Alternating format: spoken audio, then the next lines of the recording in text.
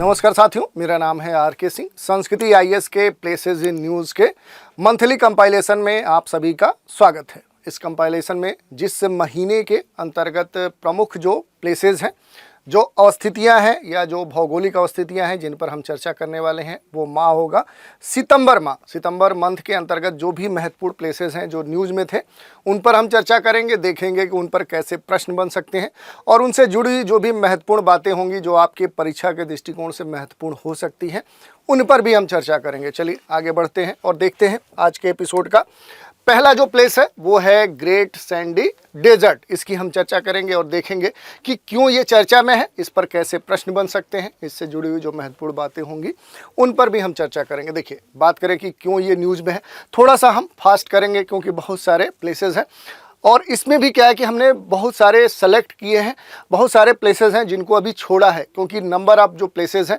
इस महीने में बहुत सारे न्यूज़ थे जिनमें महत्वपूर्ण प्लेसेस हैं, उनमें से कुछ महत्वपूर्ण को हमने उठाया है, तो थोड़ा सा जल्दी जल्दी हम कवर करने का प्रयास करेंगे। देखिए, अगर बात करें कि ग्रेट सैंडी डेजर्ट क्यों चर्चा में है, तो एक न्यूज़ है जिसमें ये कहा गया है कि equivalent of tsunami tiger for bird watches discovered in western Australia desert. इसका जो संबंध है, ये जो आप देख रहे हैं जिस डेजर्ट की बात हो रही है ग्रेट सैंडी डेजर्ट, इसका संबंध ऑस्ट्रेलिया से है और इसी कारण से ये चर्चा में भी है। ऑस्ट्रेलिया के सबसे दुर्लभ जो पक्षी हैं उनमें से एक जो रात्रि तोते हैं, नाइट वाले जो पैरट हैं, उनके बारे में ये न्यूज़ थी कि ये जो रात्रि तोते हैं ये सबसे बड़ी ज्ञात जो आबादी है वो ऑस्ट्रेलिया के ग्रेट सैंडी डेजर्ट में देखने को मिली है। इसी कारण से ये चर्चा में है। थोड़ा सा हम देखेंगे इसके बारे में कि कैसे प्रश्न इस पर बन सकते हैं। ठीक है, प्रश्न की बात करें तो ये पूछ सकता है कि निम्नलिखित रेगिस्तानों पर विचार कीजिए। गिब्सन डेजर्ट है, तनामी डेजर्ट है, ग्रेट सैंडी डेजर्ट है और उपर्युक्त रेगिस्तानों में से कितने जो रेगिस्तान हैं वो ऑस्ट्रेलिया में अवस्थित हैं। प्रश्न ऐसे आपके बन सकते हैं। थोड़ा सा आप देखते हैं कि इस न्यूज़ के बारे में। ये जो प्लेस है ग्रेट सैंडी डेजर्ट, देखिए इसकी जो स्थिति है वो कहाँ पर देखने को मिलेगी। ये देखिए ऑस्ट्रेलिया का मानचित्र है और इसके उत्तर पश्चिम में ये वाला जो क्षेत्र है, ये जो रीजन है, ये क्या है, यही ग्रेट सैंडी डेजर्ट का रीजन है। ये मूल रूप से क्या है कि ऑस्ट्रेलिया का एक शुष्क मरुस्थली क्षेत्र है और इसका जो क्षेत्रफल है वो क्या है कि लगभग क्या है कि आप देखिए कि 2,84,993 वर्ग किलोमीटर है। तो ये क्षेत्र छोटा मोटा क्षेत्र नहीं है, बल्कि ऑस्ट्रेलिया का एक ऐसा बड़ा क्षेत्र है जो शुष्क रेगिस्तानी है। अब थोड़ा सा इसकी विशेषताओं की बात करते हैं तो देखिए, ये जो यहाँ पर अगर हम बात करें तो जो ग्रेट विक्टोरिया रेगिस्तान है, उसके बाद ऑस्ट्रेलिया का ये दूसरा सबसे बड़ा रेगिस्तान है। इसका विस्तार आप देखिए, इधर हिंद महासागर से लेकर और इधर पूरब में आएंगे तो इधर किम्बरले जो डाउन्स है वहाँ तक इसका विस्तार आपको देखने को मिल सकता है। और यहाँ पर अगर देखें तो मूल रूप से ये जो क्षेत्र है ये कह सकते हैं कि ऑस्ट्रेलिया के दुर्गम और मरुस्थली क्षेत्रों में आता है। ये बड़ा ही यहाँ पर जो इन्वायरमेंट है वो कह सकते हैं कि विशेष प्रकार का है और इसी कारण से ये चर्चाओं में भी रहता है। कुछ अन्य बातों पर चर्चा करें कि इसकी मुख्य विशेषताएं क्या है, तो देखिए मूल रूप से देखें तो यहाँ पर रेत की बहुत सारी लंबी लंबी चोटियाँ आपको देखने को मिलेंगी। बड़ी जो नमक की झीलें हैं वो आपको यहाँ पर इस ग्रेट सैंडी डेजर्ट में देखने को मिल सकता है। यहाँ पर घास से जुड़ी कई छोटी चट्टानी भी आपको देखने को मिल सकते हैं। इसके अलावा यहाँ पर जो महत्वपूर्ण ऑस्ट्रेलिया के अन्य जो रेगिस्तान हैं वो भी आपके लिए महत्वपूर्ण हो सकता है। तो देखिए, उत्तर और पश्चिम में आएंगे तो ग्रेट सैंडी डेजर्ट देखने को मिलेगा और थोड़ा सा इसके पूरब में आएंगे तो तनामी जो डेजर्ट है वो आपको देखने को मिलेगा। अगर ग्रेट सैंडी डेजर्ट के और हम दक्षिण में आते हैं तो यहाँ पर एक डेजर्ट देखने को मिलेगा, गिब्सन डेजर्ट। तो ये यहाँ के तीन महत्वपूर्ण कह सकते हैं कि डेजर्ट हैं और इन्हीं के बारे में आपसे प्रश्न पूछा गया था इनकी अवस्थिति को लेकर। ठीक है, तो ये हमने देख लिया। थोड़ा सा इस यहाँ की जो जलवायु है, जो क्लाइमेट है, उसके बारे में भी जो बेसिक जानकारी है वो आपको होनी चाहिए। जैसे सामान्य स्थिति में देखते हैं जो मरुस्थल होते हैं वहाँ पर दिन का जो तापमान होता है वो बहुत अधिक होता है, रात का जो तापमान होता है वो बहुत ही कम होता है। खास तौर पे अगर सैंड डेजर्ट की बात करें, क्योंकि ये बालू के टीले यहाँ पर देखने को मिलेंगे, नमक के रेगिस्तान है, तो इस कारण से वही विशेषता यहाँ की है। और अगर आर्द्रता की बात करें तो इसका जो स्तर है वो औसत से काफ़ी नीचे होता है। और अगर डेमोग्राफी की बात करें तो अगर स्थितियां मानव के रहने लायक नहीं होंगी तो कारण क्या है कि यहाँ पर जो डेमोग्राफी है उसका वास देखने को नहीं मिलेगा। यहाँ पर वही आबादी रह सकती है जो यहाँ के जलवायु को एडॉप्ट कर पाए। इसी कारण से यहाँ पर जो कह सकते हैं कि मूल रूप से जो रहने वाले जो लोग हैं वो जनजातियाँ हैं, और ख़ास तौर पे यहाँ पर जो मार्टू है, पूर्व में जो पिंटूपी है, यही यहाँ पर वास करती हैं। तो ये हमने देख लिया। अगला जो प्लेस है वो है लेबनान।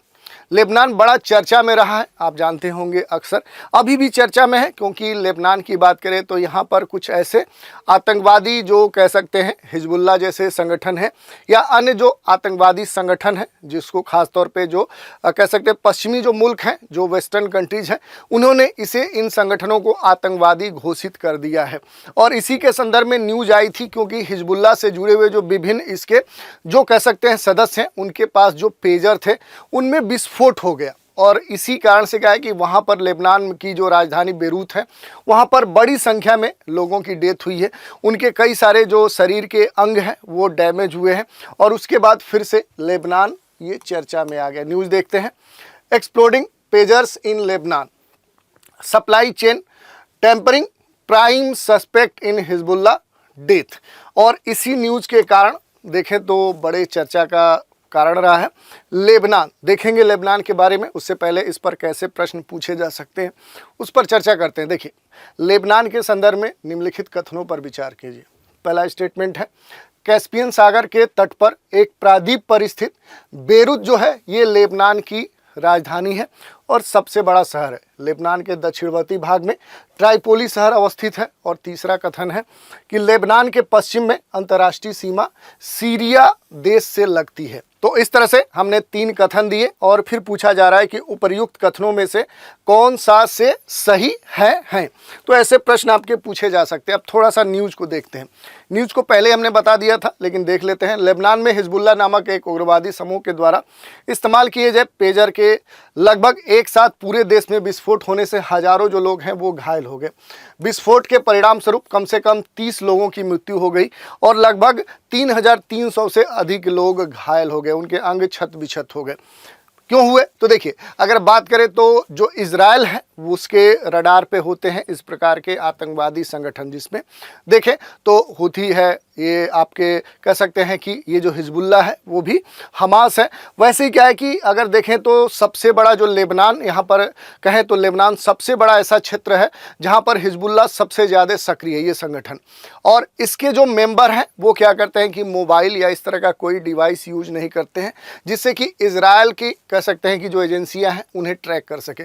इसी कारण से ये एक तरह का कह सकते हैं कि ये ओल्ड वर्जन है मोबाइल का, और इसे हम बोलते हैं पेजर, जिसमें क्या किया जाता है कि टेक्स्ट भेजा जाता है। जैसे आप देखे होंगे, अगर पुष्पा मूवी देखे हो तो उसमें जो मेन एक्टर है वो क्या करता है कि अपने जो मैसेज हैं, जो कह सकते हैं जो संदेश हैं, उन्हें पेजर के माध्यम से एक जगह से दूसरे जगह भेज रहा है।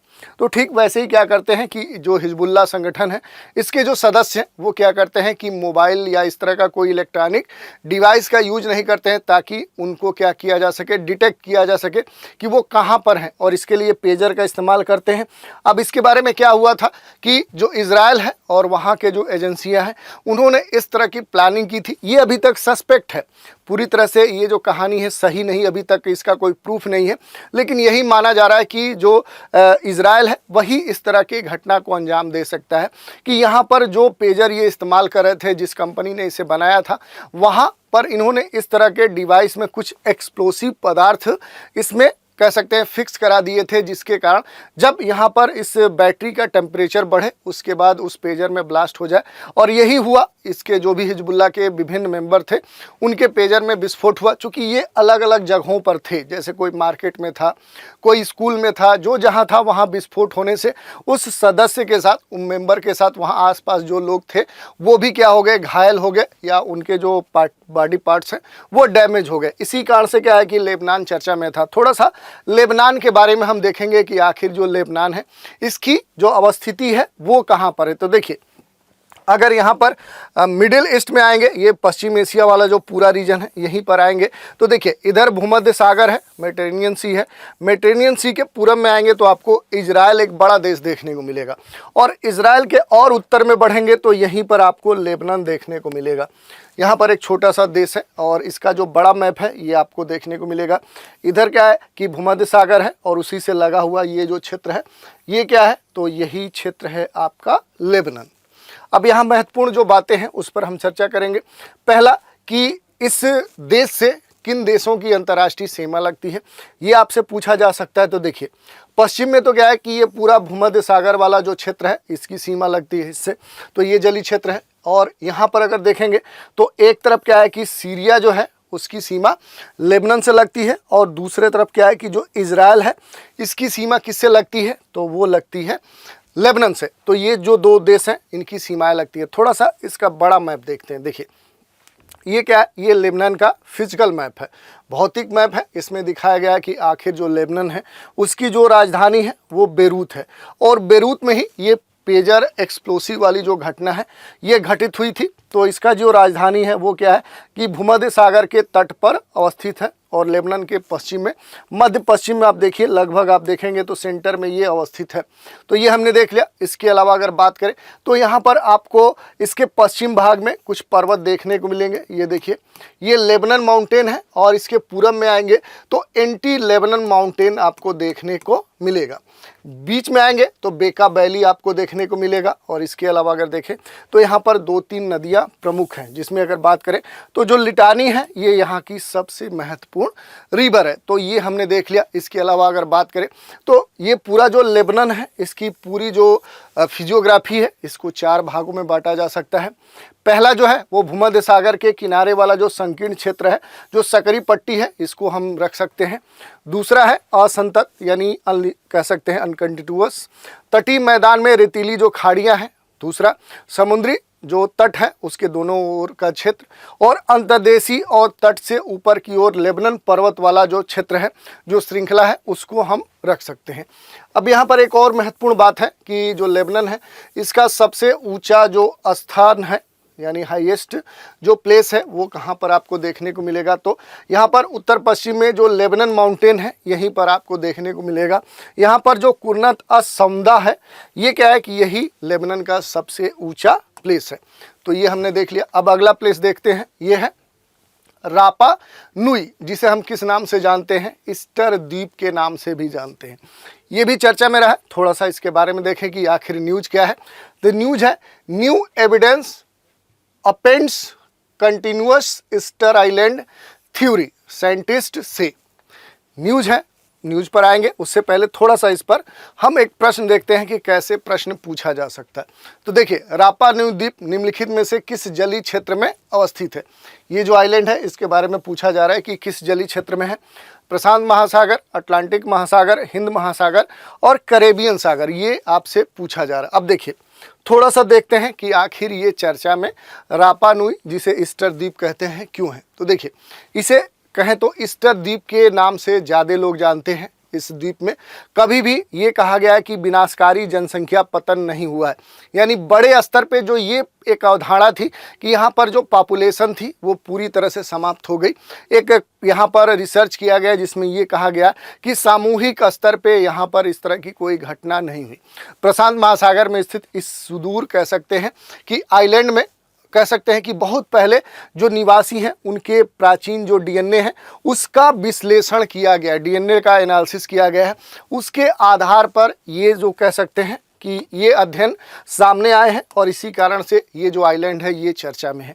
अब थोड़ा सा इसकी जो भौगोलिक अवस्थिति है उसे देखते हैं कि आखिर जो ये ईस्टर आइलैंड ये है कहाँ पर। तो देखिए ये है आपका साउथ अमेरिका कंटिनेंट, दक्षिण अमेरिका महाद्वीप, और यहीं पर देखिए चिली अर्जेंटीना के अगर पश्चिम में जाएंगे तो ये वाला पूरा जो क्षेत्र है आपका प्रशांत महासागरीय क्षेत्र है, और इसी प्रशांत महासागरीय जलीय क्षेत्र में आपको ये ईस्टर आइलैंड या रापा नुई द्वीप देखने को मिलेगा। इसी द्वीप का ये क्या है कि लार्ज मैप है, आप देख सकते हैं ये जो पूरा यहाँ पर द्वीप है, और इस कारण से अगर देखें तो सुदूर क्षेत्र में अवस्थित ये एक महत्वपूर्ण कह सकते हैं शहर के रूप में विकसित है। और ये काफ़ी चर्चा में भी रहता है क्योंकि यहाँ की जो स्थिति है बड़ा ही दुर्लभ है और इस कारण से यहाँ पर लोग कह सकते हैं टूरिज्म के दृष्टिकोण से भी जाते हैं। यहाँ पर देखिए तो कई सारे आपको वोल्केनो देखने को मिलेंगे, कुछ ज्वालामुखी पर्वत भी देखने को मिलेंगे। जैसे यहाँ पर देखिए आपको माउंट पाउल देखने को मिलेगा, इधर आएंगे तो आपको टोरो वाको वोल्केनो देखने को मिलेगा, इधर आएंगे तो हंगारोवा यहाँ महत्वपूर्ण शहर के रूप में अवस्थित एक कह सकते हैं कि यहाँ पर प्लेस है। इसके अलावा यहाँ पर इंटरनेशनल एयरपोर्ट भी अवस्थित है। रानोकाउ जो वोल्केनो है इसके दक्षिण भाग में आपको देखने को मिल सकता है। जो मोटुनुई कह सकते हैं कि छोटा आइलैंड है वो इसके दक्षिण में है। इधर आएंगे तो पोइके वोल्केनो आपको देखने को मिलेगा। तो ये हमने देख लिया इसके बारे में। अब थोड़ा सा इसके बारे में भी देख लेते हैं कुछ अन्य तथ्यों की। इसका जो क्षेत्रफल है वो 163.6 वर्ग किलोमीटर है। दूसरी बात करें तो ये शहर दुनिया के सबसे दूरस्थ बसे हुए स्थानों में है। अब देख सकते हैं पूरी तरह से क्या है, ये प्रशांत महासागरीय क्षेत्र में अवस्थित है। आप देख सकते हैं कि इसकी जो स्थिति है वो दूर दूर जो मेन लैंड है उससे कह सकते हैं कटा हुआ है। इस कारण से ये दुर्लभ स्थिति है। यहाँ की जो जलवायु है वो उष्णकटिबंधीय वर्षा वन वाली जलवायु है और इस क्षेत्र को विश्व धरोहर स्थल के रूप में भी शामिल किया जा चुका है वर्ष 1996 में। यहाँ पर जो रापा नुई राष्ट्रीय उद्यान है खास तौर पे वो संरक्षित क्षेत्र है। तो ये हमने देख लिया रापा नुई के बारे में। यहाँ पर आप आएंगे तो आपको इस तरह की बहुत सारी मूर्तियाँ देखने को मिलेंगी। तो थोड़ा सा आर्ट एंड कल्चर के दृष्टिकोण से देखें तो इनके बारे में भी थोड़ा सा हम इन पर बात कर लेते हैं। देखिए रापा नुई अपनी बड़ी मूर्तियों के लिए प्रसिद्ध है जिन्हें मोई कहा जाता है। ये देखिए इन खास तरह की जो मूर्तियाँ यहाँ पर बनी हुई हैं इन्हें मोई नाम दिया जाता है। इनका आकार बड़े मानव सिर जैसा होता है जिन्हें पत्थर के चबूतरे पर स्थापित किया गया होता है। अपने नक्काशीदार जो इनके सर हैं, हेड हैं और जो पुकाव हैं उसके लिए प्रसिद्ध है, जो नरम लाल पत्थरों से एक टोपी जैसे कह सकते हैं कि जो आवरण है ऐसे बना हुआ आपको देखने को मिल सकता है। इसके लिए खास तौर पे ये फेमस है। इसके अलावा इन्हें खदानों में जो ज्वालामुखी पत्थर हैं उनको तराश कर बनाया गया है और फिर द्वीप के अलग अलग क्षेत्रों में ले जाकर स्थापित किया गया है। अगर कुछ विद्वानों की माने तो उनका ये कहना है कि रापा नुई लोगों ने 13वीं और 16वीं शताब्दी के बीच मोई का निर्माण कराया था और यह उनके पूज्य जो पूर्वज हैं उनका प्रतिनिधित्व करते हैं। तो ये हमने देख लिया रापा नुई जो आइलैंड है, जो इसे ईस्टर द्वीप कहते हैं, उसके बारे में। अगला प्लेस देखते हैं। अगला जो यहाँ पर भौगोलिक हमारी अवस्थिति है, जो प्लेस है वो है सिंधु नदी। ये चर्चा में रही है तो थोड़ा सा देखते हैं कि आखिर सिंधु नदी जो इंडस रिवर है ये क्यों चर्चा में थी। तो न्यूज़ था why India wants review and modification of Indus waters treaty. ये कारण था कि जो भारत है, जो सिंधु जल समझौता है जो भारत पाकिस्तान के बीच में हुआ था, उसी के संदर्भ में अब भारत की मांग है कि ये जो नदी जल समझौता है इसका क्या किया जाए, रिव्यू किया जाए, इसमें मॉडिफिकेशन किया जाए। और इसी की मांग पाकिस्तान से भारत ने की है और इसी कारण से एक बार फिर से ये जो नदी है ये चर्चा में थी। थोड़ा सा देख लेते हैं कि अगर इस पर प्रश्न बनता है तो कैसे बनेगा। एक प्रश्न है, निम्नलिखित नदियों पर विचार कीजिए। श्योक नदी, गिलगित नदी, जस्कर नदी और सत्लुज नदी। पूछा जा रहा है कि ऊपर की नदियों में से कौन सा से नदी जो है सिंधु की सहायक नदी नहीं है। तो इस तरह के प्रश्न आपसे पूछे जा सकते हैं।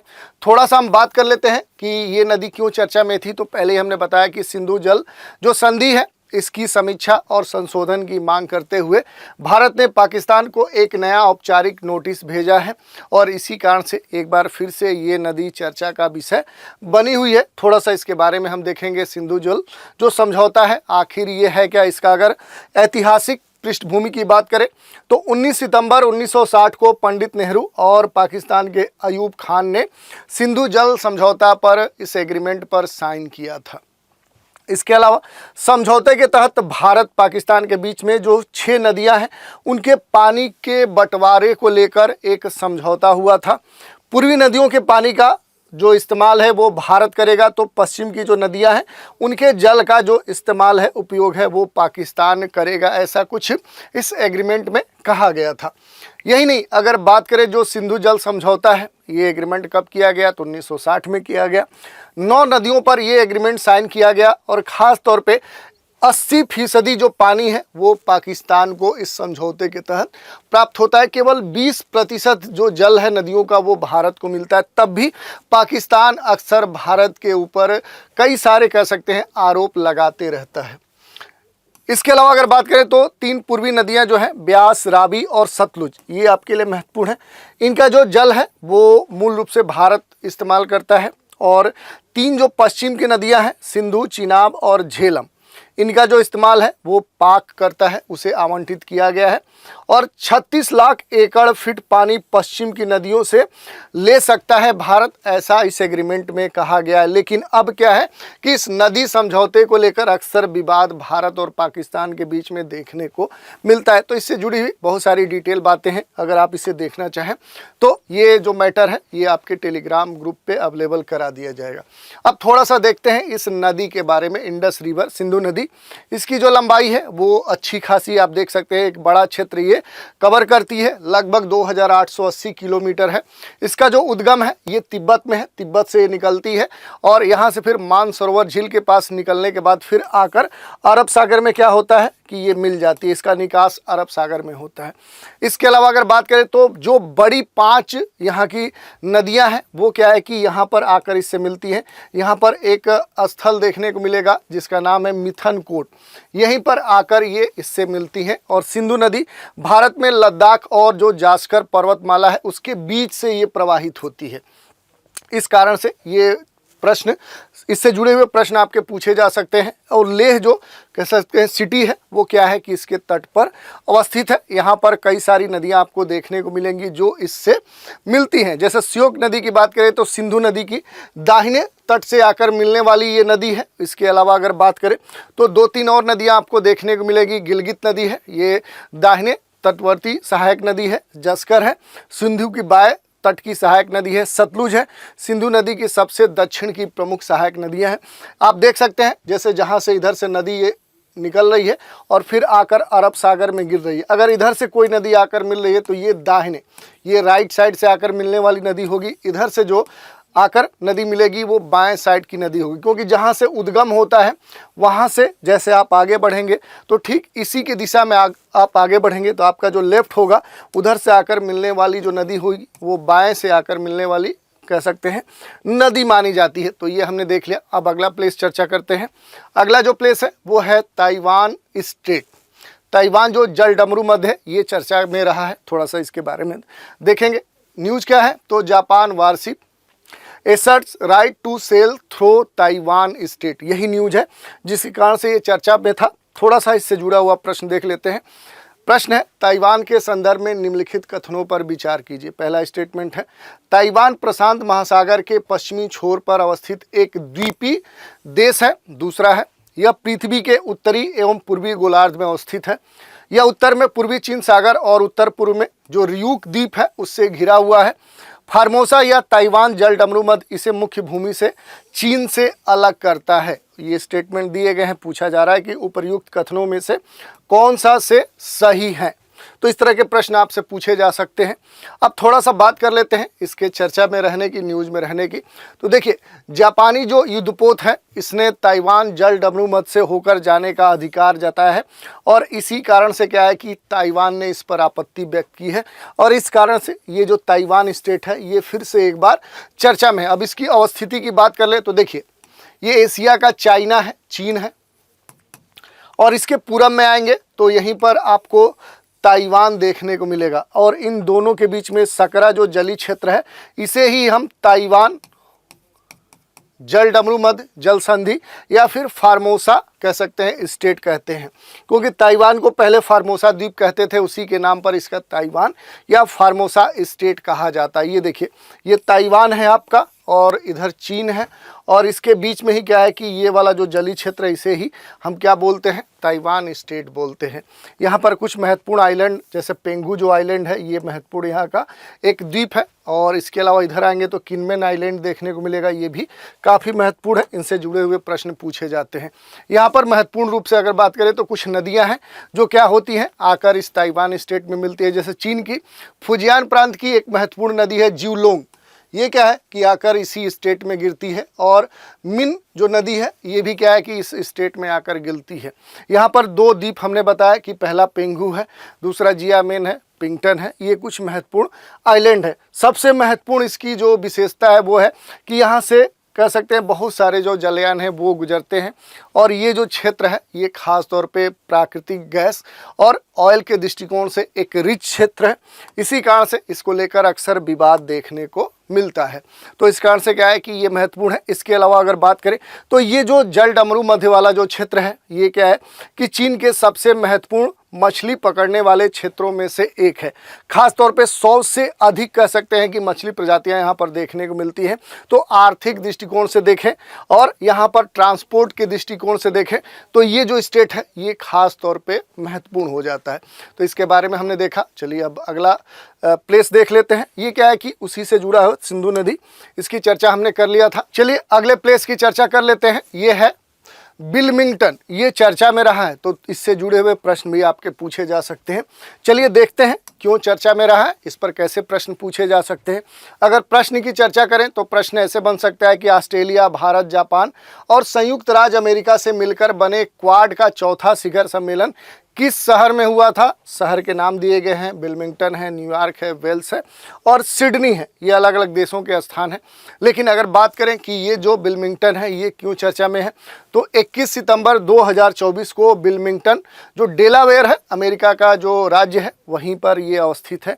और यहाँ पर पहले से जो निर्धारित था कि ऑस्ट्रेलिया, भारत, जापान और संयुक्त राज्य अमेरिका से मिलकर बनने वाला जो क्वाड है उसका चौथा शिखर जो सम्मेलन है उसका आयोजन यहाँ पर होगा। इसी कारण से ये चर्चा में था। अब इसके थोड़ा सा लोकेशन की चर्चा कर लेते हैं। ये देखिए ये संयुक्त राज्य अमेरिका का ये पूरा क्या है मुख्य भूमि क्षेत्र है।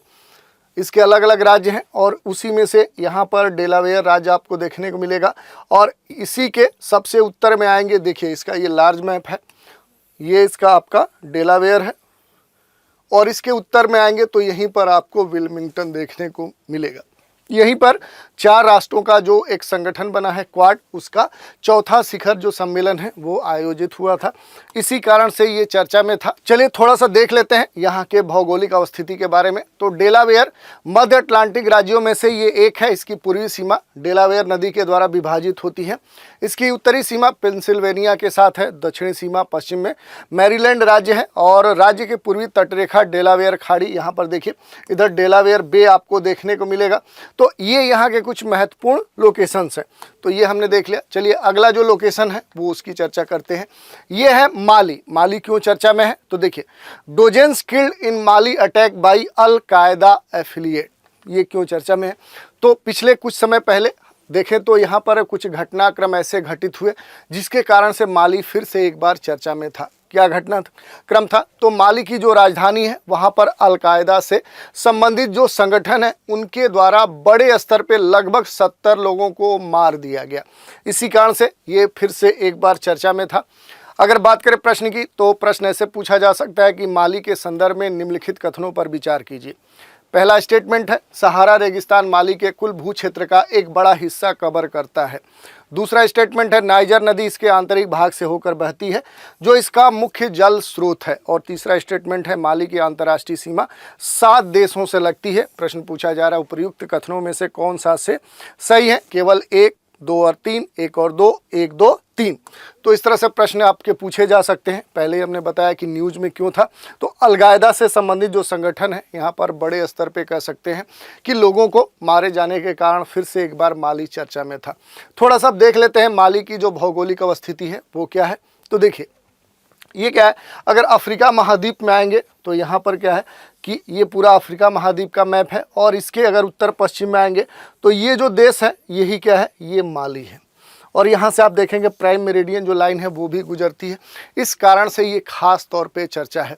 अगर इसकी हम बात करें तो जो माली है वो क्या है कि वर्ष 1960 जो है ये इसके लिए खास तौर पे महत्वपूर्ण है क्योंकि ये फ्रांस से स्वतंत्र हुआ था। पहले ये फ्रांस के आधिपत्य में था, बाद में ये स्वतंत्र हुआ। और देखेंगे तो चारों तरफ से क्या है कि ये स्थल खंडों से घिरा हुआ है। तो आप कह सकते हैं कि ये क्या है कि एक लैंड लॉक्ड कंट्री है।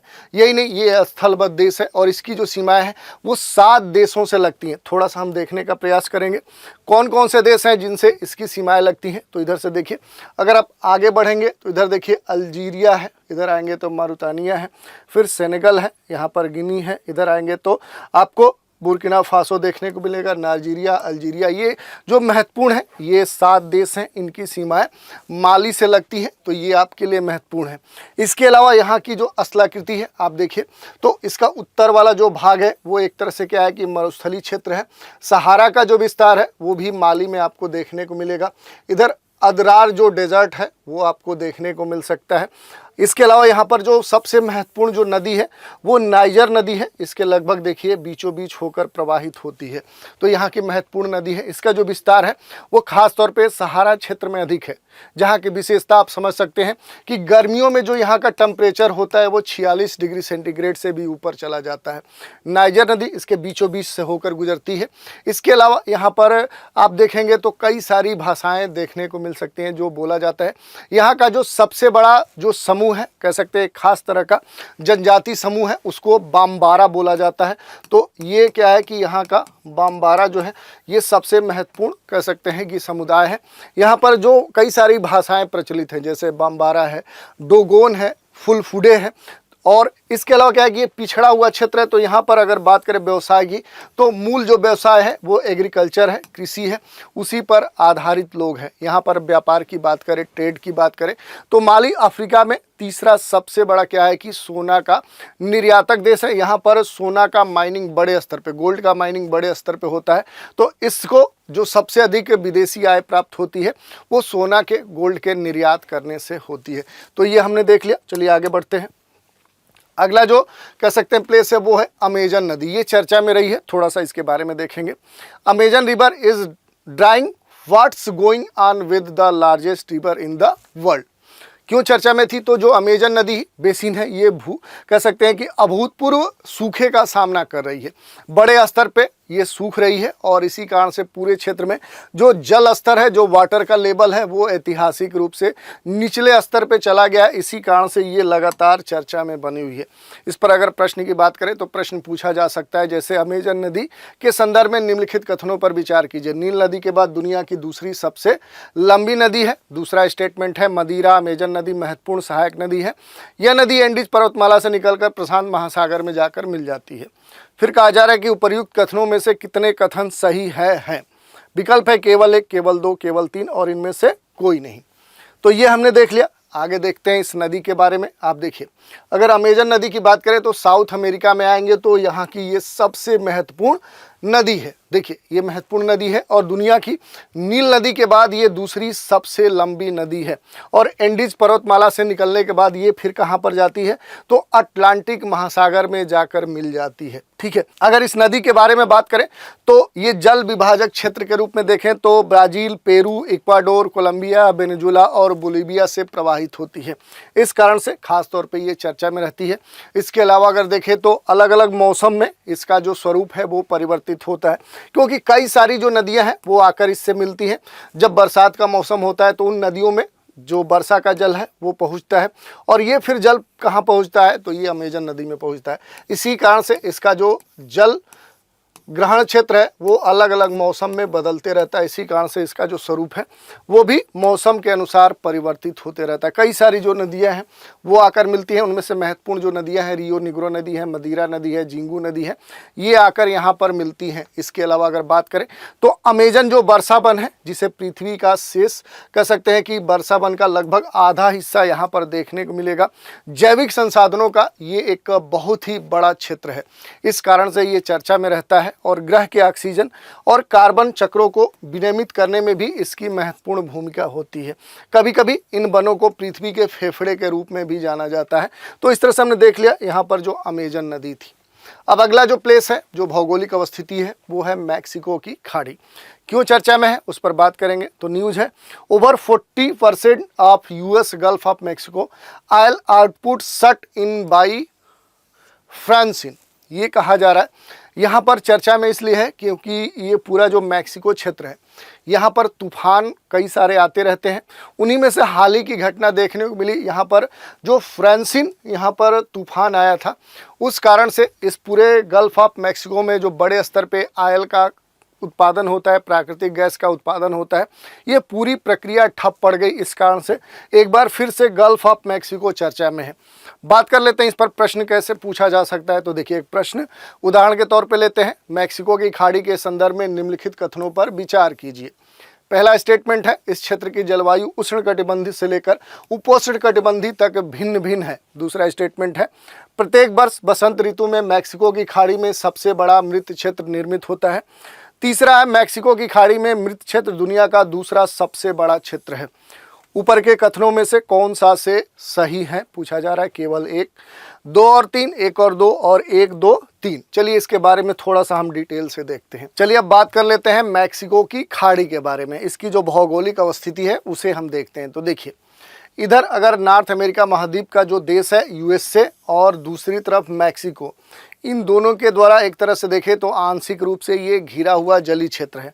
दूसरी तरफ से क्या है कि ये अटलांटिक महासागर से जुड़ा हुआ क्षेत्र है। तो एक तरफ इसे हम अटलांटिक महासागर का सीमांत सागर भी कह सकते हैं, और दूसरी तरफ क्या है कि आंशिक रूप से ये स्थलबद्ध भी कह सकते हैं कि गल्फ ऑफ मैक्सिको है। विश्व की सबसे बड़ी खाड़ी के रूप में भी इसे हम जानते हैं। तो ये हमने देख लिया। इसके अलावा देखें तो युकाटन जो चैनल है उसके माध्यम से कैरेबियन सागर से, और फ्लोरिडा जो जल डमरू मध्य है उसके माध्यम से अटलांटिक महासागर से ये जुड़ा है। इधर से देखिए, युकाटन चैनल से प्रवेश करता है, और आप देखेंगे कि इधर स्टेट ऑफ जो फ्लोरिडा है उससे ये अटलांटिक महासागर से जुड़ा हुआ है। तो ये इसकी विशेषता है। इसके अलावा इसका जो निर्माण हुआ है वो 300 मिलियन वर्ष पहले ट्रायसिक काल के अंत में टेक्टोनिक जो प्लेट है उस मूवमेंट के कारण हुआ था। समुद्र तल के अवतलन के परिणाम स्वरूप इसकी उत्पत्ति हुई थी। क्षेत्रफल इसका काफ़ी बड़ा है, और खाड़ी में मृत क्षेत्र दुनिया का दूसरा सबसे बड़ा क्षेत्र है। बाल्टिक सागर के बाद कह सकते हैं कि ये बड़ा मृत सागर वाला क्षेत्र है। इसके अलावा अगर यहाँ की जलवायु की बात करें तो उष्णकटिबंध से लेकर उपोष्णकटिबंधीय जलवायु यहाँ पर देखने को मिलती है। यह इसके अलावा अगर बात करें तो यहाँ पर जो जल है वो कैरेबियन सागर से आने वाले समुद्री जल जो युकाटन चैनल है उसके माध्यम से मैक्सिको की खाड़ी में प्रवेश करता है, और फिर फ्लोरिडा जल डमरू मध्य के माध्यम से खाड़ी से बाहर निकलने के लिए दक्षिणावर्त दिशा में आप देख सकते हैं कि यहाँ पर अगर आप देखिए तो यहाँ से ये जल प्रवेश किया, और फिर क्या है कि ये क्लॉकवाइज घूमता है इससे बाहर निकलने के लिए, और फिर क्या है कि ये युकाटन चैनल से होकर ये निकल जाता है। और इसी कारण से आप देखेंगे तो यहाँ पर क्या है कि खास तौर पे जो फ्लोरिडा जल डमरू मध्य है इसके माध्यम से खाड़ी से बाहर निकलने के लिए जो जल यहाँ पर घूमता है, इस कारण से यहाँ पर गल्फ स्ट्रीम गर्म महासागरीय जलधारा का भी निर्माण होता है। तो अगर आपसे कभी पूछ दे कि जो गल्फ स्ट्रीम गर्म जो महासागरीय जलधारा है इसका निर्माण कैसे होता है, तो इसकी प्रक्रिया भी आप स्पष्ट कर सकते हैं। इस खाड़ी में कई सारी नदियां गिरती हैं, उनमें से महत्वपूर्ण है मिसिसिपी और रियो ग्रांडे। ये 2 बड़ी नदियां हैं, यूएसए की हैं। यूएसए से निकलकर फिर क्या है मैक्सिको की खाड़ी में ये गिरती हैं। मैक्सिको की खाड़ी के उथले जो महाद्वीपीय शेल्फ क्षेत्र है उसमें खास तौर पे जो पेट्रोलियम है, प्राकृतिक गैस है, उसके बड़े कह सकते हैं रिजर्व उपस्थित हैं। इसी कारण से यहाँ पर बड़े स्तर पे जो ऑयल है उसका प्रोडक्शन होता है, नेचुरल गैस का प्रोडक्शन होता है। और संयुक्त राज्य अमेरिका के तेल शोधन और पेट्रोकेमिकल जो उद्योग है उसका ये केंद्र है। इसीलिए अमेरिका के तेल उत्पादन का 18% से अधिक हिस्सा है वो मैक्सिको की खाड़ी के अपतटीय कुओं से प्राप्त होता है। तो आप समझ सकते हैं ये कितना महत्वपूर्ण है। इसके अलावा जो मृत क्षेत्र की बात हुई उसके बारे में भी आप देख सकते हैं कि आखिर मृत क्षेत्र किसे कहते हैं, इसकी विशेषताएं क्या होती हैं, इसके बारे में आप देख सकते हैं। अगला जो प्लेस है वो है पोर्ट ब्लेयर। न्यूज क्या है तो पोर्ट ब्लेयर रीनेम्ड एज श्री विजयापुरम। ये बात देखने को मिली कि भारत सरकार के केंद्रीय गृह मंत्री ने क्या किया है कि जो पोर्ट ब्लेयर है जो अंडमान निकोबार द्वीप समूह की राजधानी थी उसका नाम परिवर्तित कर दिया गया है, फिर से नाम रखा गया है, और ये नाम रखा गया है श्री विजयापुरम। इसी कारण से ये चर्चा में रहा। तो इसके बारे में थोड़ा सा हम देख लेते हैं। अगर प्रश्न पूछा जाता है तो इस तरह से प्रश्न पूछा जा सकता है कि पोर्ट ब्लेयर के संदर्भ में कुछ कथन दिए जाएंगे। जैसे पोर्ट ब्लेयर लिटिल अंडमान क्षेत्र में अवस्थित है। ये अंडमान और निकोबार द्वीप समूह की राजधानी है और प्रवेश बिंदु भी है। यह वह स्थान है जहां नेताजी सुभाष चंद्र बोस ने पहली बार तिरंगा फहराया था। और आपसे पूछा जा सकता है कि कितने स्टेटमेंट सही हैं। थोड़ा सा न्यूज के बारे में देखते हैं। तो देखिए, भारत सरकार के केंद्रीय गृह मंत्री ने क्या किया है कि पोर्ट ब्लेयर का नाम परिवर्तित करने की घोषणा कर दी, यानी नाम अब परिवर्तित हो जाएगा। स्वतंत्र भारत को श्रद्धांजलि के रूप में पोर्ट ब्लेयर का नाम बदलकर श्री विजयपुरम रखा जा रहा है और औपनिवेशिक जो अतीत है उससे दूर हटकर एक नए स्वतंत्र भारत के निर्माण में शहर के योगदान को उचित मान्यता प्रदान करने के लिए ये किया गया है। थोड़ा सा इसकी अवस्थिति की बात कर लेते हैं कि आखिर जो पोर्ट ब्लेयर है ये देखिए कहाँ पर है। तो अगर आप भारत का ही ये क्या है कि एक द्वीप है, ये वाला पूरा जो क्षेत्र है ये अंडमान निकोबार द्वीप समूह क्षेत्र है, ये पूरा क्या है। और इसी में क्या है कि ऊपर आएंगे तो आपको कई सारे आइलैंड देखने को मिलेंगे, जैसे नॉर्थ अंडमान देखने को मिलेगा, मिडिल अंडमान देखने को मिलेगा, फिर लोअर जो अंडमान है वो आपको देखने को मिलेगा। और इसी के बारे में ये पूछा जा रहा है कि आखिर ये जो अंडमान अलग अलग हैं, उनके जो अलग द्वीप हैं उन पर, उनमें से किस पर ये अवस्थित है। तो आप देख सकते हैं, एक तो इनका क्रम आपसे पूछ सकता है कि आखिर जो नॉर्थ अंडमान है, मिडिल अंडमान है, इसके अलावा आप देखेंगे लोअर अंडमान है, लिटिल अंडमान है। तो पोर्ट ब्लेयर किस अंडमान पर अवस्थित है? तो देखिए लोअर अंडमान जो द्वीप है उस पर अवस्थित ये अंडमान निकोबार द्वीप समूह की राजधानी है। इसके नीचे लिटिल अंडमान है और उसके बाद निकोबार आइलैंड समूह प्रारंभ होता है। अब देखिए थोड़ा सा इसके बारे में संक्षिप्त रूप से देखें। यह अंडमान और निकोबार द्वीप समूह की राजधानी है और यहाँ प्रवेश करने का एक महत्वपूर्ण बिंदु है। इसका जो नाम है ये बॉम्बे मरीन में नौसेना सर्वेक्षक और लेफ्टिनेंट जो आर्चीबाल्ड ब्लेयर हैं उनके नाम पर रखा गया था। इसके अलावा जो ब्लेयर हैं ये अंडमान द्वीप समूह का गहन सर्वेक्षण करने वाले पहले अधिकारी थे। यह दक्षिण अंडमान द्वीप के पूर्वी तट पर स्थित है। यह वह स्थान है जहां नेताजी सुभाष चंद्र बोस ने पहली बार तिरंगा झंडा फहराया था।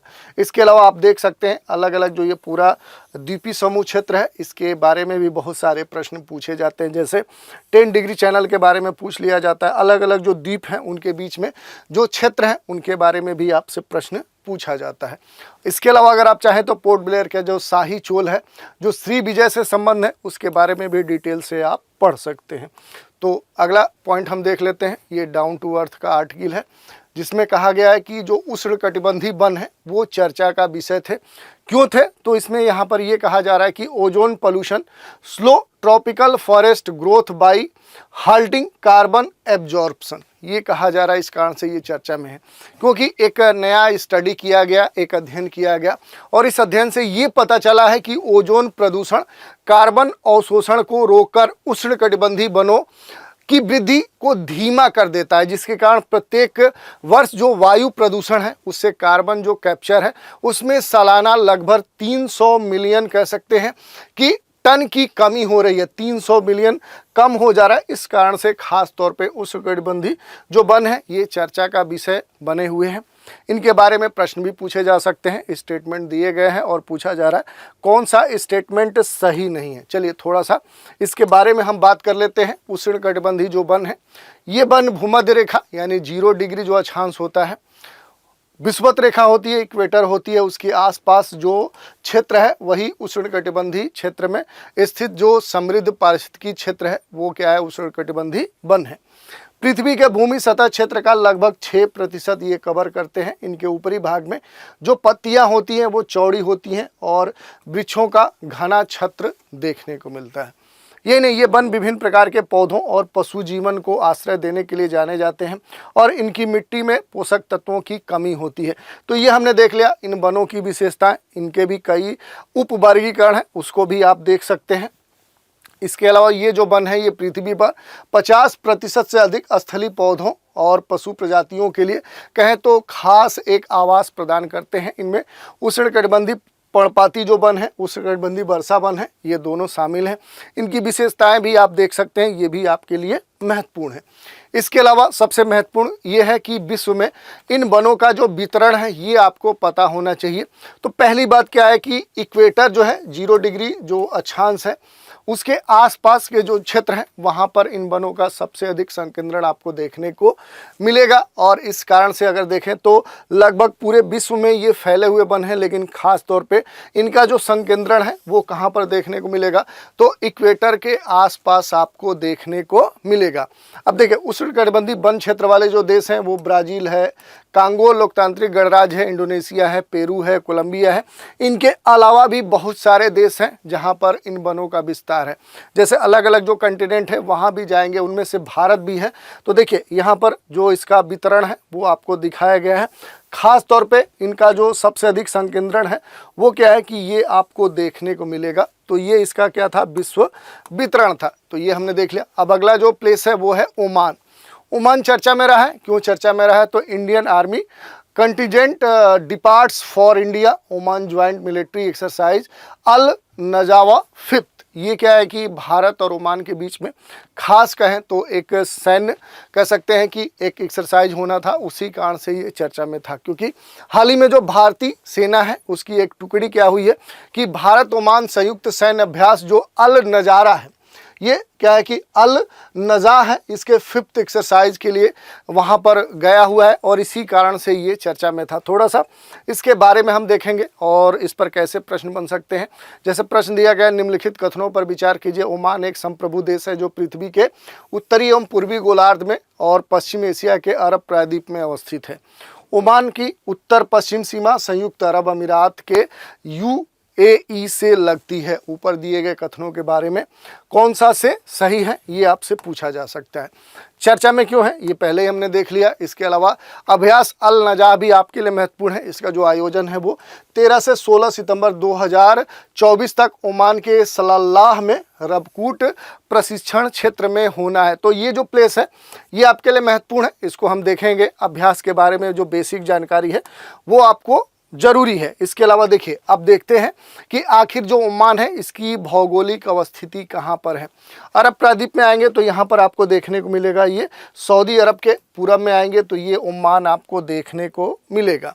इसके अलावा महत्वपूर्ण है कि जो ओमान है इसकी अंतर्राष्ट्रीय सीमा किन देशों से लगती है। तो देखिए, इधर यमन है, सऊदी अरब है, इधर UAE है और फिर क्या है कि इसके अलावा जो ये 3 देश हैं जिनकी सीमाएं ओमान से लगती हैं। तो इसके अलावा अगर थोड़ा सा इसके भौगोलिक विशेषताओं की बात करें तो देखिए, ओमान से क्या है कि आपको ट्रॉपिक ऑफ कैंकर भी गुजरती है, ये भी आपसे पूछा जा सकता है। इसके अलावा जो सलालाह है जहाँ पर ये सैन्य एक्सरसाइज किया जा रहा है तो ओमान के दक्षिण में ये अवस्थित है, ये आपसे पूछा जा सकता है। इसके अलावा अगर देखें तो कोई बहुत बड़ी या महत्वपूर्ण नदी या कोई ऐसा लेक्स यहाँ पर अवस्थित नहीं है जिसके बारे में जाना जाए। बेसिक जो जानकारी है वो आप यहाँ पर देख सकते हैं। जैसे ओमान का सबसे ऊंचा जो बिंदु है वो जबल अख्दर है और यहाँ कोई झील या नदी उस तरह की नहीं है। यहाँ पर कुछ महत्वपूर्ण आइलैंड है, जैसे मसीरा आइलैंड है, अल हलनियात आइलैंड है, ये यहाँ के कुछ महत्वपूर्ण द्वीप है। सलालाह क्या है कि यहाँ का एक महत्वपूर्ण शहर है। और इसके अलावा देखें तो यहाँ की जो राजधानी है वो क्या है कि मस्कट जो है वो इधर गल्फ ऑफ ओमान के तट पर अवस्थित है। तो ये हमने देख लिया ओमान के बारे में। अगला जो भौगोलिक अवस्थिति है वो है मदिरा नदी। इसके बारे में हम देखते हैं, क्यों न्यूज़ में है। The national water and sanitation agency has declared a critical situation of water resource scarcity in the मदिरा रिवर अंटिल नवंबर 30। ये बात कही गई है। खास तौर पे ये चर्चा में रही है मदिरा नदी। थोड़ा सा इसके बारे में हम देखते हैं। तो राष्ट्रीय जल एवं स्वच्छता एजेंसी जो है उसने मदिरा नदी में जल संसाधन की गंभीर स्थिति घोषित की है और इसी कारण से ये नदी चर्चा में है। इससे जुड़े हुए प्रश्न भी पूछे जा सकते हैं। नदी के संदर्भ में कुछ कथन दिए जाएंगे, जैसे अमेजन नदी की प्रमुख सहायक नदी है। यह बोलीविया और ब्राज़ील के बीच में प्राकृतिक सीमा का निर्धारण करती है। उपर्युक्त कथनों में से कौन सा से सही है? केवल 1, केवल 2, 1 और 2 और 9 तो 1, 9 ही 2। अब थोड़ा सा नदी के बारे में हम देखते हैं। नदी की जो भौगोलिक अवस्थिति है उसके बारे में देखें तो अगर मदिरा नदी की बात करें तो देखिए ये क्या है कि अमेजन जो इधर से अटलांटिक महासागर में मिल रही है उससे जाकर मिलती है। तो ये क्या है कि अमेजन की एक महत्वपूर्ण नदी है। इसके अलावा अगर इस नदी की विशेषताओं की बात करें तो मदिरा नदी बड़े मदिरा बेसिन का हिस्सा है और इस नदी की बात करें तो संपूर्ण अमेजन बेसिन का लगभग 19% जो भाग है ये खुद कवर करती है। ये जो नदी है ये बोलीविया और ब्राज़ील और पेरू तक फैली हुई है, जिसका लगभग 50% जो क्षेत्र है ये बोलीविया में, और 40% जो क्षेत्र है वो ब्राज़ील में, और 10% जो इसका क्षेत्र है वो पेरू में अवस्थित है। तो ये महत्वपूर्ण इसके बारे में इंफॉर्मेशन थे। इसके अलावा अगर इस नदी के महत्व की बात करें तो मदिरा नदी दक्षिण अमेरिका में एक महत्वपूर्ण जलमार्ग है जो अमेजन बेसिन के जल विज्ञान में महत्वपूर्ण भूमिका निभाती है। यही नहीं, अमेजन नदी की सबसे बड़ी सहायक नदी होने के नाते ये बोलीविया और ब्राज़ील तक फैले क्षेत्र के इकोसिस्टम का एक महत्वपूर्ण कह सकते हैं कंपोनेंट भी है। यहाँ के जो वेजिटेशंस हैं, जो जीव हैं, उनके लिए पोषण का एक महत्वपूर्ण कह सकते हैं साधन भी है। तो इसके बारे में हमने देख लिया। बात करते हैं कि आखिर जो गैलीथिया खाड़ी है ये क्यों चर्चा में है। तो देखिए, हाल ही में भारत सरकार ने अंडमान निकोबार द्वीप समूह में अवस्थित जो गैलीथिया बे है, इसमें स्थित जो अंतर्राष्ट्रीय ट्रांसशिपमेंट है, जो हब है, उसको प्रमुख बंदरगाह के रूप में अधिसूचित किया है। इस कारण से ये चर्चा में लगातार बनी हुई। इस पर प्रश्न भी पूछे जा सकते हैं, गैलीथिया खाड़ी के संदर्भ में दिए जा सकते हैं कि आखिर कैसे प्रश्न 2-3 स्टेटमेंट दिए जाएंगे, उससे पूछा जाएगा कि कौन सा कथन सही है, जैसा कि इस प्रश्न में दिया गया। अब थोड़ा सा इसके बारे में हम देखते हैं क्यों चर्चा में है। ये जो स्थान है गैलीथिया जो बे है, ये क्या है कि भारत के अंडमान निकोबार द्वीप समूह के ग्रेट निकोबार द्वीप में ये अवस्थित है। अंतर्राष्ट्रीय कंटेनर ट्रांसशिपमेंट पोर्ट के रूप में विकसित किया जा रहा है। ये केंद्रीय वित्त पोषण के लिए पात्र है और इसे सार्वजनिक निजी भागीदारी मॉडल के तहत विकसित किया जा रहा है। पीपीपी मॉडल के तहत इसे विकसित किया जा रहा है। प्रस्तावित सुविधा को 4 चरणों में विकसित किया जाएगा और चालू होने के बाद गैलीथिया बे परियोजना भारत के बाहर बंदरगाहों पर संभाले जाने वाले ट्रांसशिप्ड कार्गो के एक बड़े हिस्से शामिल करने में मदद करेगा। तो ये इसकी विशेषताएं थी जिसको हमने देखा। अब अगला जो प्लेस है वो है ब्रुनेई। ये चर्चा में रहा है। बात करें तो पीआईबी के वेबसाइट पे जाएंगे तो इसके बारे में आपको देखने को मिलेगा, जहां पर लिखा गया है कि prime minister arrives in Brunei on an official visit. ये कहा जा रहा है कि अपने देश के जो प्रधानमंत्री हैं वो आधिकारिक यात्रा पर ब्रुनेई पहुंचे थे। इस कारण से ये चर्चा में है। ये सितंबर 2024 की न्यूज़ है और ये वेबसाइट पर पड़ी हुई है। थोड़ा सा देखते हैं इस पर प्रश्न कैसे पूछे जा सकते हैं। तो ब्रुनेई के संदर्भ में निम्नलिखित तथ्यों पर विचार कीजिए। ब्रुनेई दक्षिण पूर्व एशिया में इंडोनेशियाई द्वीप समूह में अवस्थित है। इसके उत्तर में दक्षिण चीन सागर है, फिलीपींस बोर्नियो उत्तर पूर्व में है, सुलू सागर के पार स्थित है, जावा सागर द्वीप के दक्षिण में ये स्थित है। ऊपर दिए गए कथनों के संदर्भ में कितने कथन सही है ये आपसे पूछा जा सकता है। इसके अलावा थोड़ा सा इसकी अवस्थिति की हम चर्चा करते हैं। देखिए, यहाँ पर आपको ब्रुनेई देखने को मिलेगा, यही ब्रुनेई है। थोड़ा सा इसके लार्ज मैप को हम देखते हैं। देखिए, ये ब्रुनेई है, छोटा सा देश है और ये इसकी जो राजधानी है, आप देखिए इसकी जो राजधानी है वो कौन सी है, तो बंदर सेरी बेगवान जो है वो इसकी राजधानी है। और ये क्या है कि यहाँ पर आपको देखने को मिलेगी, छोटा सा देश है, यहाँ पर कई सारी नदियाँ भी आपको देखने को मिलेगा। लिम्बांग है, तुतोंग है और बिलेट यहाँ की कुछ महत्वपूर्ण नदियाँ हैं। तो ये कुछ यहाँ की महत्वपूर्ण नदियाँ हैं। बेलाइट है, पंडरुआन है, टूटोंग है यहाँ पर। और इसके अलावा अगर देखें तो ये जो ब्रुनेई है ये काफ़ी दक्षिण एशिया का एक महत्वपूर्ण तेल उत्पादक क्षेत्र के रूप में भी महत्वपूर्ण है। इसकी जो समुद्री सीमा है, इधर देखिए साउथ चाइना सी आपको देखने को मिलेगा। और इसके अलावा आप देखेंगे तो मलेशिया से भी इसकी सीमा साझा होती है। यहाँ पर ब्रुनेई की जो आबादी है इसकी 76% जो नागरिक हैं वो यहाँ के अस्थायी निवासी हैं, बाकी जो हैं वो बाहर के हैं। यहाँ पर जो भारतीयों की संख्या है वो बड़ा ही कह सकते हैं ठीक ठाक है, लगभग 14,000 भारतीय हैं। और यहाँ पर सामान्य तौर पे जो लोग रहते हैं वो भारतीय या तो डॉक्टर हैं, शिक्षक हैं या इस तरह के पेशा से जुड़े हुए जो यहाँ के अर्थव्यवस्था और यहाँ की सामाजिक व्यवस्था के एक अभिन्न अंग भी बने हुए। तो ये हमने देख लिया। अब बात कर लेते हैं अगले प्लेस की। ये है नजक्का रिज। ये जो रिज है ये खास तौर पे चर्चा का विषय बना हुआ है। बात करें क्यों ये चर्चा में है, तो a team of oceanographers recently discovered and mapped a new seamount on the Nazca ridge in international water 900 miles off the coast of Chile. ये चर्चा का विषय बना हुआ है क्योंकि समुद्र जो वैज्ञानिक है उनकी एक टीम ने हाल ही में चिली के तट से लगभग 900 मील दूर, आप देखिए 900 मील अंतर्राष्ट्रीय जल क्षेत्र में नजक्का रिज पर एक नए समुद्री पर्वत की खोज कर ली है। उसका मानचित्रण भी, उसका मैपिंग भी कर लिया है। इसी कारण से ये रिज चर्चा में बनी हुई है। थोड़ा सा इस रिज के बारे में देखते हैं। ये देखिए साउथ अमेरिका है और इसके अगर पश्चिम में जाएंगे तो यहीं पर आपको ये नजक्का रिज देखने को मिलेगा। ये पूरा नजक्का प्लेट है और ये चर्चा में है क्योंकि यहाँ पर एक शोध किया गया है जिसके कारण एक नया पर्वत की खोज की गई है, उसका मानचित्रण भी कर लिया गया है। तो इसका जो कह सकते हैं कि लोकेशन है ये आपके लिए महत्वपूर्ण है। ये जो पर्वतमाला है ये पेरू के तट से दूर नजक्का प्लेट से शुरू होकर दक्षिण पश्चिम में ईस्टर द्वीप चिली की ओर जाती है। इधर जैसे पहले हमने ईस्टर द्वीप देखा था तो वहाँ तक इसका विस्तार देखने को मिलता है। इसका जो निर्माण हुआ है वो आपके लिए महत्वपूर्ण है, वो है पृथ्वी के मेंटल में एक हॉट स्पॉट से जुड़ी ज्वालामुखी गतिविधि के कारण इसकी उत्पत्ति हुई है और यह रिज असामान्य रूप से मोटी बेसाल्टिक महासागरीय परत से बनी हुई है। यही नहीं, यह रिज टेक्टोनिक रूप से सक्रिय है और पेरू जो चिली ट्रेंच है उसमें दक्षिण अमेरिकी प्लेट के नीचे धंस रही है, इस कारण से ये चर्चा में रहा है। तो इस तरह से हमने देख लिया कि सितंबर माह में जो भी प्लेसेस न्यूज़ में थे उन पर हमने कोशिश की कि संक्षिप्त रूप से चर्चा की जाए और महत्वपूर्ण न्यूज़ पर ही हमने कवर किया है और बहुत सारे जो प्लेसेस हैं वो छूट गए हैं। अगर उसमें लगेगा कि बहुत महत्वपूर्ण कोई प्लेस है उसको अगले एपिसोड में हम ऐड कर लेंगे। तो आज के एपिसोड में इतना ही। अगर आज का एपिसोड आपको अच्छा लगा हो तो लाइक शेयर कमेंट जरूर करिए और अपनी प्रतिक्रिया हमें कमेंट के माध्यम से भी प्रस्तुत कीजिए। कोशिश करेंगे कि हम कुछ ऐसे प्लेसेस की चर्चा करें जो आपके परीक्षा के दृष्टिकोण से लगातार सार्थक हो और उनसे जुड़े हुए प्रश्न आपके एग्ज़ाम में ज़रूर मिले। तो इसी आशा के साथ आज के एपिसोड को समाप्त करते हैं। तो आज आप हमारे साथ बने रहें, इसके लिए धन्यवाद।